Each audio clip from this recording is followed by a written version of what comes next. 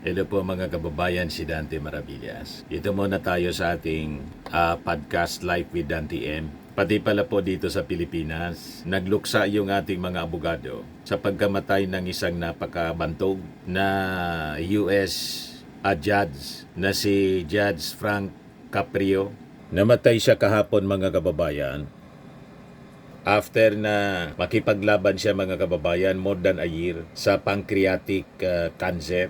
Just the other day, napanood ko pa siya sa YouTube yata, yun o sa TikTok or sa Reels, sa Facebook Reels mga kababayan, na nanawagan ng panalangin sa kanyang mga fans all throughout the world. Itong si Judge Caprio mga kababayan, kilala sa buong mundo kasi napakabait na judge mga kababayan. Very kind and compassionate. At yung kanyang followers sa social media, sa YouTube, sa Facebook, umaabot more or less 25 million. Kaya kilalang kilala siya ng mga netizens. At sa kanyang pagkamatay mga kababayan, pati dito sa Pilipinas nagluksa yung ating mga abogado.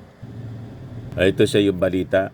Filipino lawyers are among those saddened by the death of American Judge Frank Caprio, who had been known as the nicest judge in the world. Wala siyang katulad mga kababayan. Kahit dito sa ating bansa, wala pang ganong nabalitaan tayo na judge dito, retired and incumbent judges, na ganito ka-compassionate po. Kaya talagang, lalo na sa Amerika, bumuhos ang luha ng napakaraming mga Amerikano. Nag-iyakan sila nang mabalitaan nila na pumanaw na ang kanilang pinakang mamahal, inahangaan na judge, si Judge Caprio. Kasabi dito sa balita, Caprio, a judge in Providence, Rhode Island, who is known for his hit TV show, Caught in Providence, passed away at the age of 88 after a battle with pancreatic cancer. Si Attorney Reyes Del Rosario, sa kanyang Facebook post, paid tribute to Caprio and said the US judge had inspired him to become a better lawyer. Sabi ni Attorney Del Rosario, ito anyang si Caprio was not just a celebrity judge. He was an example of how law can go hand in hand with kindness. He was a reminder of how law can go hand in hand with kindness. Sabi niya, he was a reminder of how law must always be tempered with compassion. I found myself deeply inspired by how he handled its case. He listened. He cared. He never forgot that behind every violation was a human being with a story. Napanood natin, by chance, yung ilang mga videos niya po. Mapapaiyak ka. Ito yung dapat tinutularan ng mga abogado talaga po, tulad ni Harry Roque. Saka ni Digong na abogado din, at saka ni Sara Duterte, na lahat masasama ang lumalabas sa bibig. Di ba po, mga kababayan? Yung sabi ni Attorney Del Rosario, the law niya can feel heavy, strict, and unforgiving. But seeing Judge Caprio handle cases taught him that fairness can also come through understanding. May isa po siya mga kababayan na napanood natin na naharap ng kaso, isang homeless. Ito siya mga kababayan.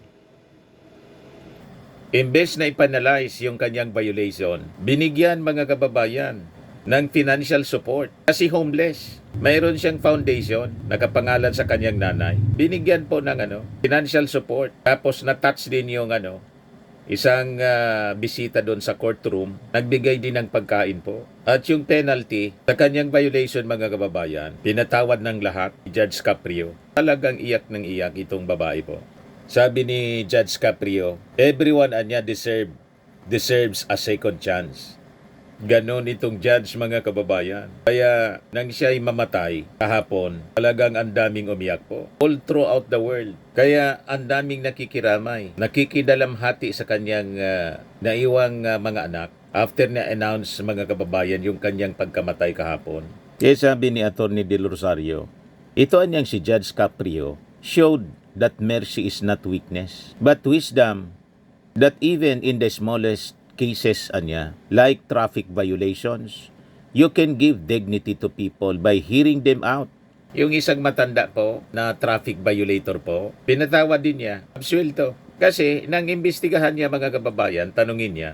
Ito siya, itong matangdan to. Pakinggan natin yung kanyang sinasabi, mga kababayan. Drive that fast, Judge.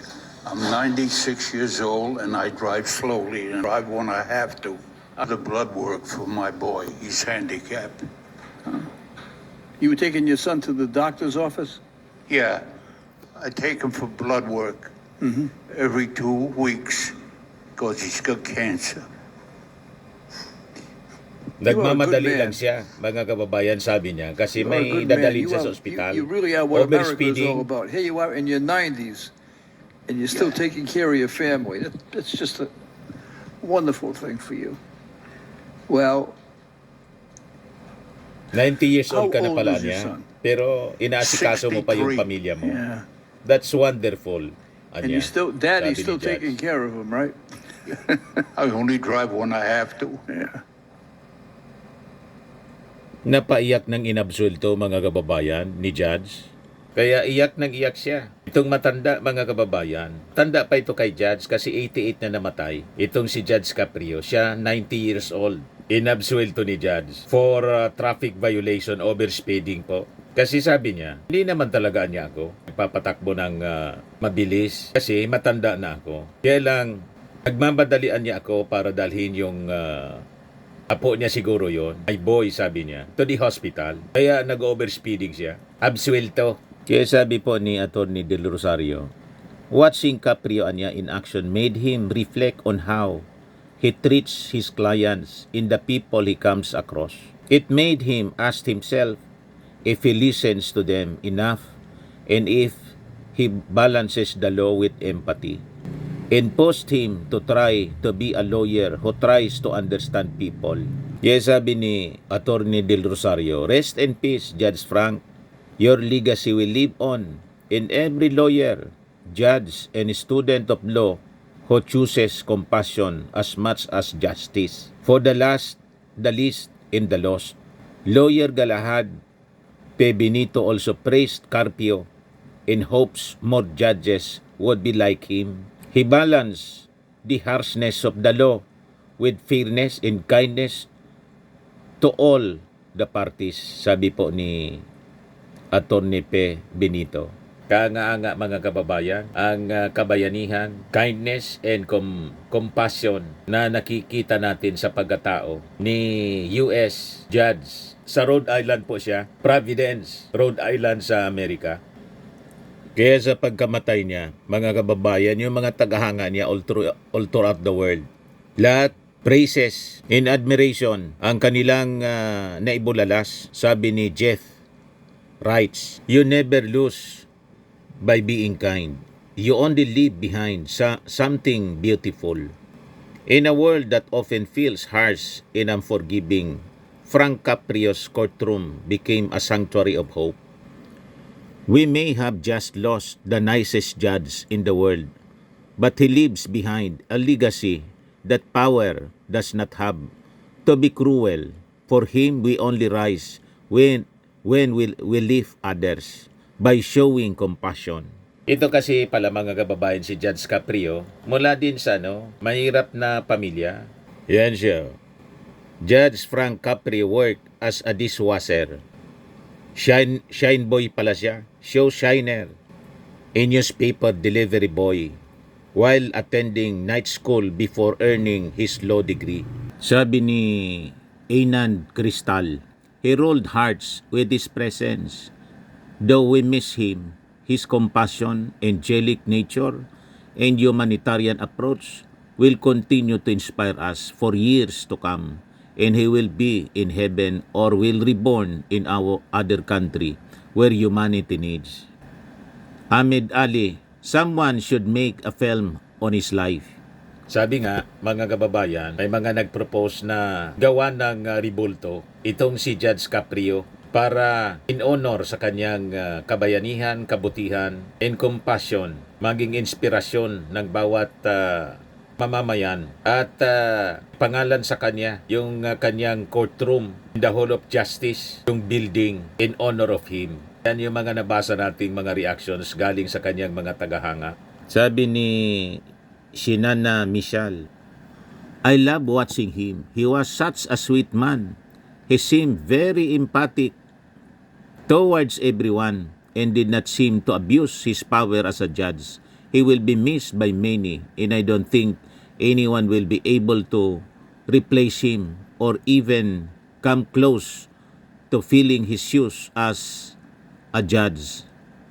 May he rest in peace. Ito yung nasa ospital siya at gumawa pa siya ng video para manawagan ng prayers para sa kanyang pagaling. Ito yung announcement ng kanyang anak sa pagkamatay ng kanyang tatay.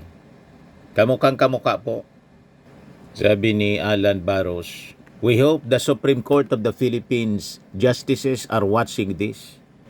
Sabi ni Ian Cadjao, "Oh, rest in peace, Judge Caprio." Sabi ni Junji Daguplo, "Be kind, be fair, be human. You never know what someone else is going through. And your compassion might be the one thing they remember forever." The words of my idol, the late Judge Frank Caprio, rest in peace. Sabi ni Muhammad Riman, "Justice is not just law, but mercy in the heart. Judge Caprio ruled with kindness, teaching us that compassion is the highest law. Though he has left this world, his light remains, guiding hearts toward empathy, understanding, and truth." Sabi ni Judy Brown Testerman, "Such a precious soul." Sabi ni Freyon Cesa, "You were and are a good role model, Judge. Thank you for touching our lives in the kindest way possible. The Lord is surely happy of your fruits. May your soul rest in peace. In Jesus' name, Amen. Condolences and prayers to the family." Sabi ni Deros Filma, "May your soul rest in peace, Judge. Your empathy and compassionate to those you have encountered inside the courtroom was truly outstanding. Thank you for your kindness, and may others be like you. Condolences to the bereaved family. Remember that a lot of people are praying for the soul of your dear Judge, father, grandfather, uncle, brother, cousin, siblings of Frank Caprio."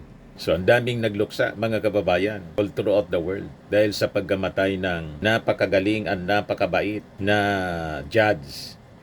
Sabi ni Judge Caprio nung nabubuhay pa siya, "Kindness does not erase mistakes," anya. "It helps people learn from them." So, kahit hindi natin kilala yung kanyang pamilya, isa siyang American judge, our prayers para sa kanyang family. So yan po mga kababayan yung ating short video ngayon sa ating Life with Dan TM. Atid sa inyo nitong ating napakagandang product na binebenta online. I am Worldwide Amazing Pure Organic Barley Powdered Drink Mix from Australia po. Yung gusto mag-try nito po na ating product, mag-order po, mag-message na lang po kayo sa amin. Kung gusto ninyo din na mag-online business, magbenta nito online, mag-message na lang po kayo sa aking anak na architect entrepreneur para ma-orient po kayo. Riz Maravillas. So lagi nating tatandaan mga kababayan sa buhay, you become what you believe. Ako po si Dante Maravillas. Bye-bye po. God bless.